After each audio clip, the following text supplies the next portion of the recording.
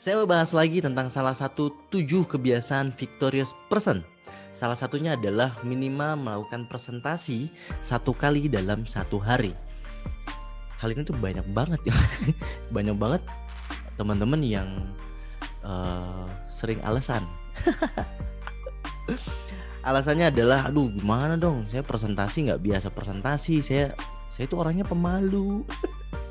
Saya nggak berani kalau misalkan harus ngobrol sama orang yang belum kenal atau yang baru kenal, atau saya bingung nih mau mengawali pembicaranya gimana ya supaya obrolan jadi hangat, jadi asik, jadi seru, gimana ya. Well, teman-teman, sebetulnya bukan permasalahan teman-teman mau ataupun tidak melakukan presentasi. Biasanya yang menghantui pikiran teman-teman itu bukan bagaimana cara mengawalinya, tapi sebetulnya teman-teman kurang percaya diri karena teman-teman sendiri tidak hafal dengan deskripsi produk yang mau teman-teman tawarkan. Dan teman-teman juga ragu untuk menerangkan tentang marketing plan-nya karena teman-teman kurang begitu menguasai tentang marketing plan-nya, sehingga yang teman-teman bilang, aduh saya malu, saya nggak berani, itu sebetulnya karena teman-teman bingung mau menyampaikan apa, dan teman-teman ada rasa takut kalau misalkan nanti timbul pertanyaan yang teman-teman rasa, aduh saya nggak bisa jawab nih, ini gimana nih, saya harus gimana nih ngejawabnya seperti apa. Nah, gimana caranya supaya 1 hari kita bisa melakukan presentasi minimal 1 kali? Di video-video sebelumnya, saya sudah sering sekali menyebutkan bahwa don't ever stop to learn. Jangan pernah berhenti buat belajar. Belajar lagi, belajar lagi, belajar lagi, belajar lagi. Gimana cara belajarnya supaya efektif? Dan memang prinsip dari belajar itu adalah gampang ingat, susah lupa. Karena yang sering terjadi adalah ketika kita belajar gampang lupa, susah ingat. Nah, prinsip tersebut yang perlu dibalik, teman-teman. Gimana caranya supaya teman-teman tuh jadi gampang ingat, susah lupa? Sederhananya begini, teman-teman. Selain teman-teman sudah merasakan manfaatnya, sudah mencoba tentang produk-produk yang ditawarkan, teman-teman mempelajari juga tentang bahasa-bahasa yang sifatnya ilmiah. Misal ada bahasa tentang bahwa umpamanya pakai glukola, bahwa glukola itu mengandung kandungan utamanya adalah glutation. Nah, teman-teman, kalau boleh saya sarankan, teman-teman tidak menyampaikan dengan bahasa ilmiah ketika menawarkan kepada orang. Gunakan bahasa yang paling sederhana.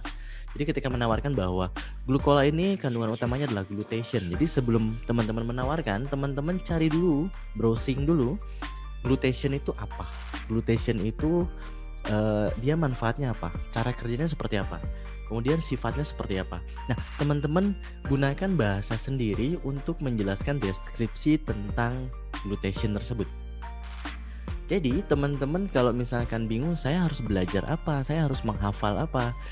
Teman-teman tentunya punya banyak sekali produk yang teman-teman bisa baca di bagian belakang kemasannya. Biasanya di situ banyak sekali kandungan-kandungannya. Nah, teman-teman hanya mempelajari dari setiap kata-kata ataupun kalimat-kalimat ilmiah dan cari melalui Google misalnya. Gunakan bahasa sendiri untuk menjelaskan. Semakin banyak hal-hal yang teman-teman pelajari, maka semakin percaya diri juga teman-teman ketika menjelaskan kepada orang lain dan menawarkan produk yang memang teman-teman ingin tawarkan. Jadi teman-teman tidak lagi terpaku harus jual kalung, harus jual bioglas. Pokoknya teman-teman akan sedikit kecewa ketika promonya bukan lagi kalung, bukan lagi bioglas, bukan lagi tentang gelang. Ketika hot dealnya misalnya produk-produk yang dikonsumsi, teman-teman bingung, ya produk yang hot dealnya kayak gini, gimana dong? Nah, untuk menghindari hal-hal tersebut, teman-teman perlu meyakini bahwa produk yang kita jual adalah produk premium. Produk premium itu produk yang baik, produk yang bagus, produk yang dahsyat luar biasa, dapat memberikan manfaat yang dahsyat banget pokoknya, teman-teman. Jadi teman-teman harus punya keyakinan dulu bahwa produk yang teman-teman tawarkan adalah produk yang memang produk terbaik, yang memang bisa memberikan manfaat kepada penggunanya. Kalau teman-temannya sendiri tidak percaya, teman-teman sendiri tidak meyakini bahwa produk ini adalah produk yang bagus, produk yang baik, teman-teman akan kehilangan percaya diri karena teman-teman tidak mampu menyampaikan presentasinya dengan baik dan tidak akan mampu meyakinkan orang lain bahwa produk ini baik. So, langkah pertamanya adalah teman-teman pastikan dulu bahwa teman-teman yakin kalau produk yang teman-teman tawarkan adalah produk yang paling baik, produk yang paling bagus. Yang kedua, teman-teman jika memang dirasa sangat bingung sekali produk apa yang harus ditawarkan, teman-teman pelajari dulu banyak hal dari hal-hal yang teman-teman nggak dimengerti. Bahasa-bahasa ilmiah itu cari di Google misalnya, di browsing dulu. Supaya apa? Supaya nanti pengetahuan teman-teman banyak. Kenapa harus punya pengetahuan yang banyak? Karena tidak semua orang ketika ditawarkan kebutuhannya sama seperti yang teman-teman tawarkan. Misalnya teman-teman tahu kalau misalkan sekarang promonya lagi kalung, lagi bioglas. Teman-teman ketemu sama calon member dan dipaksa untuk menggunakan kalung dan bioglas. Padahal boleh jadi si orang tersebut misalnya butuhnya lagi butuh Novit, atau misalkan lagi butuh Salut, atau misalkan lagi butuh Glucola. Tapi teman-teman tidak tawarkan dan teman-teman paksa. Nah, dari situ teman-teman akan kehilangan kesempatan karena orang tersebut tidak membutuhkan barang-barang yang teman-teman tawarkan. Jadi semakin banyak pengetahuan, semakin banyak teman-teman mengerti tentang kebutuhan orang lain, semakin mudah juga teman-teman menjual semua produk yang sudah ditawarkan.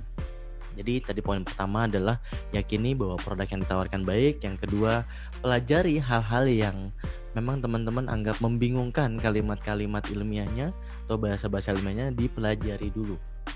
Jangan malas untuk belajar. Dan yang ketiga adalah bagaimana caranya supaya kita rutin melakukan presentasi 1 hari 1 kali minimalnya.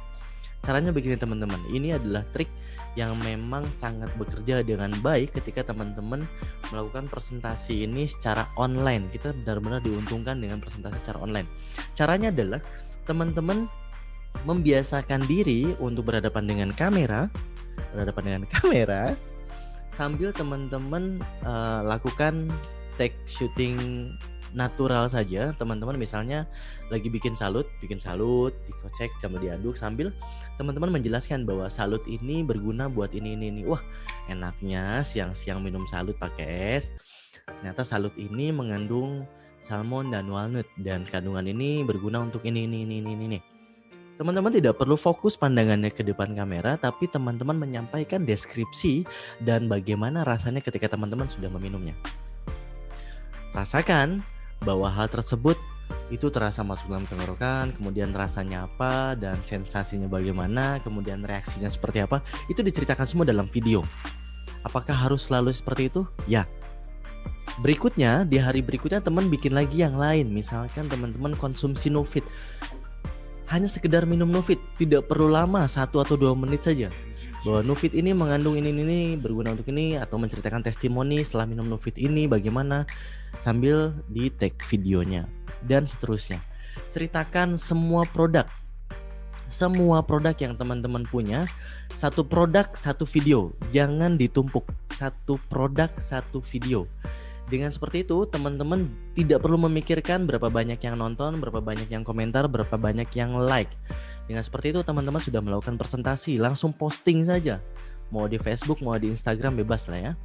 Setelah diposting nanti teman-teman tinggal menunggu saja, karena boleh jadi orang yang melihat akan mencari sesuai dengan kebutuhannya. Ketika orang tersebut mengalami mohon maaf misalkan lagi sakit diabetes, orang tersebut akan mencari iklan dari teman-teman atau presentasi teman-teman itu yang berkaitan dengan diabetes. Jadi teman-teman tidak lagi perlu menyesuaikan atau memaksakan kehendak teman-teman untuk dibeli sama orang. Jadi orang tersebut yang akan menyesuaikan dengan produk-produk dagangannya teman-teman. Itu saja yang bisa saya sampaikan. Jadi intinya adalah ketika teman-teman bingung melakukan presentasi minimal 1 kali itu seperti apa, itu dengan cara rajin bikin video tentang produk. 1 video 1 produk, tidak perlu lama-lama, kurang lebih 2-3 menit saya rasa sudah cukup. Silakan kemas videonya semenarik mungkin supaya ya namanya juga orang presentasi, dengan menggunakan iklan semenarik mungkin supaya orang yang lihatnya pun juga semakin tertarik. Kita ketemu lagi nanti di video pembahasan berikutnya. Bye bye.